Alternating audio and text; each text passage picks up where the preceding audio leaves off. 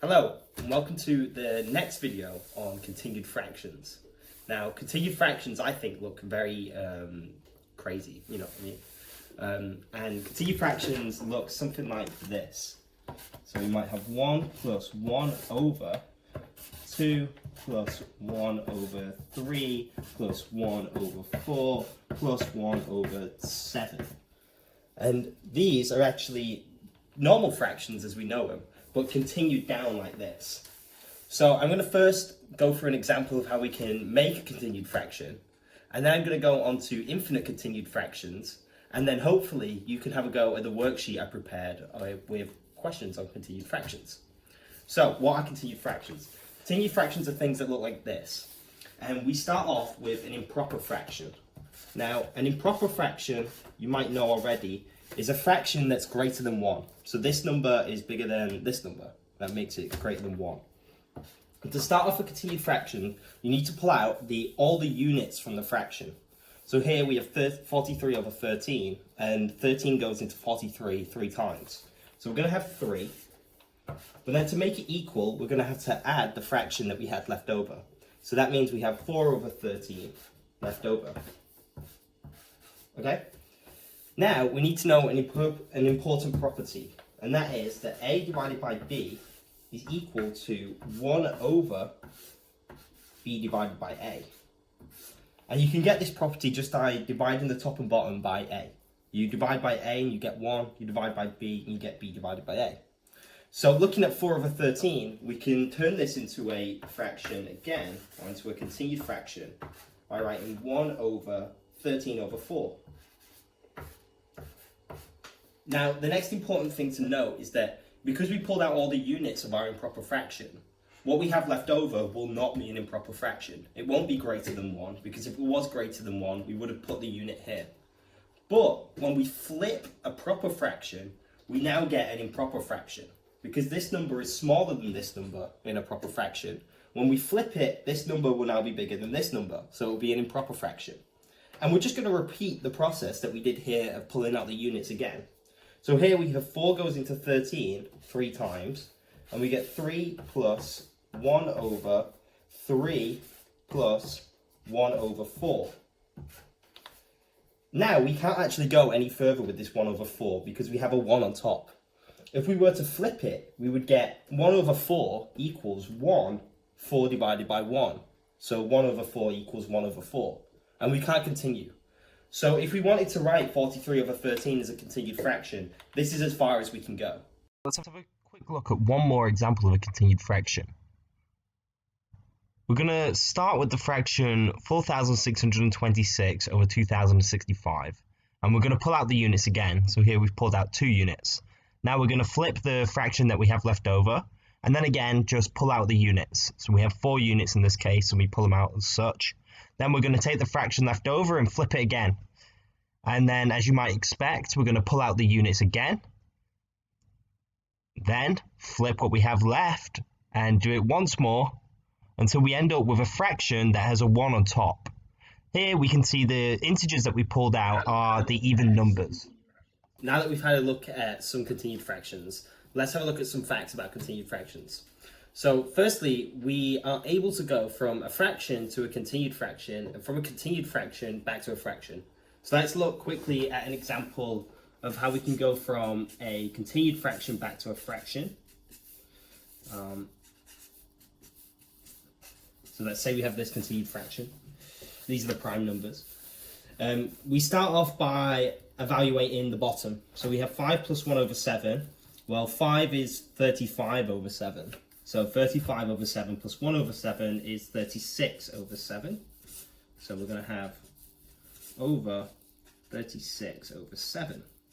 Now we have 1 over 36 over 7, so we can flip that to 2 plus 1 over 3 plus 7 over 36. Okay. Now we can evaluate this by adding 3 times 36, which is 90 plus 18, so it's 108, plus the 7 is 115. So this will be 115 over 36, which we can flip again. So we get 2 plus 36 over 115. Now we need to add the 2 back, because this is 230 plus 36, so this is 266 over 115. Okay, so we can go from continued fractions to fractions, and we can go from fractions to continued fractions. What if we try and do this with a number that isn't a fraction? So you might have heard of these numbers before. These are called irrational numbers. So for example, square root 2 is irrational. And let's try and do this process with square root 2. So square root 2 is somewhere in between 1 and 2. So we must be able to pull out 1 unit, but not 2. So we're going to get 1. Now what do I add to 1 to get square root 2? Well, I add square root 2 minus 1. Like this. Now I want to flip this. So I'm going to get 1 plus 1 over square root 2 minus 1, like this. Now, if you put this into a calculator, which I do recommend you do, you can see this is somewhere in between 2 and 3. So 1 over square root 2 minus 1 is less than 3, but greater than 2. Right? So we're going to pull out 2 units from this. But we need to know what is left over. So we're going to have a little look at conjugation. So say we have 1 over square root 2 minus 1. We're going to times by the conjugate. And the conjugate is this number at the bottom, but you take the negative square root 2 part, the square root 2 part, and you make it negative. So what I mean by that is square root 2 times 1 over 2 times 1. So really we're multiplying by 1, so we're not changing anything. But now if you multiply out the bottom, we'll get square root 2 times negative square root 2 is negative 2. Square root 2 times negative 1 is negative square root 2. Negative 1 times negative square root 2 is positive square root 2. And then negative 1 times negative 1 is 1. And then 1 times negative square root 2 negative 1 is just negative square root 2 negative 1. So because we multiplied by the conjugate, we get these special terms here that are the square root terms, and they cancel out. These are just 0. And we're left with 1 minus 2 on the bottom, which is negative 1. So we have negative square root 1 over negative 1. Now, if we multiply top and bottom by negative 1, we get square root 2 plus 1 divided by 1, which is just square root 2 plus 1. So this here equals square root 2 plus 1. So we're going to get here, and we have 1 plus 1 over 2 plus, and then this is, we've taken 2 units out of here, so we have square root 2 minus 1. So what have we done here? We've gone from square root 2 to a unit plus square root 2 minus 1. And then when we flip this over as we do in continued fractions, we're left with 2 plus square root 2 minus 1 again. But since the square root 2 minus 1 equals 1 over 2 plus square root 2 minus 1, we can do this again and get 1 over 2 plus 1 over 2 plus square root 2 minus 1. And then do it again.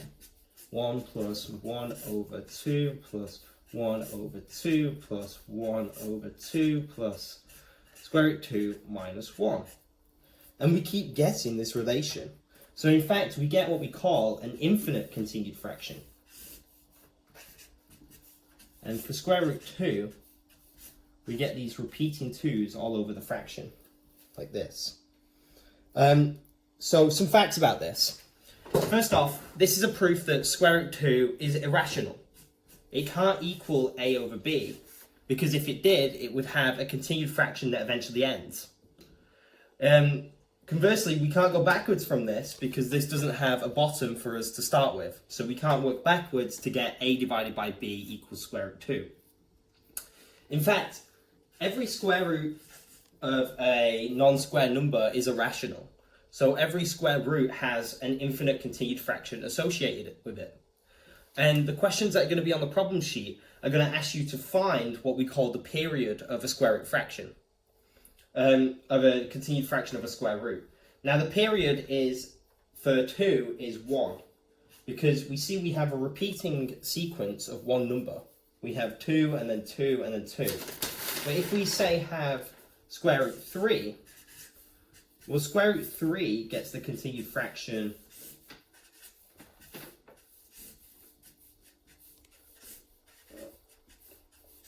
like this.